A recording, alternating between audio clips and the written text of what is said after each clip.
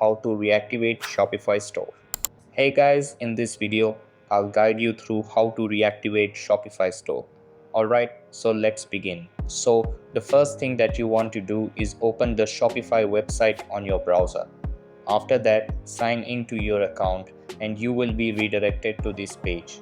So first we will deactivate our so that we can get to know how we can reactivate it again.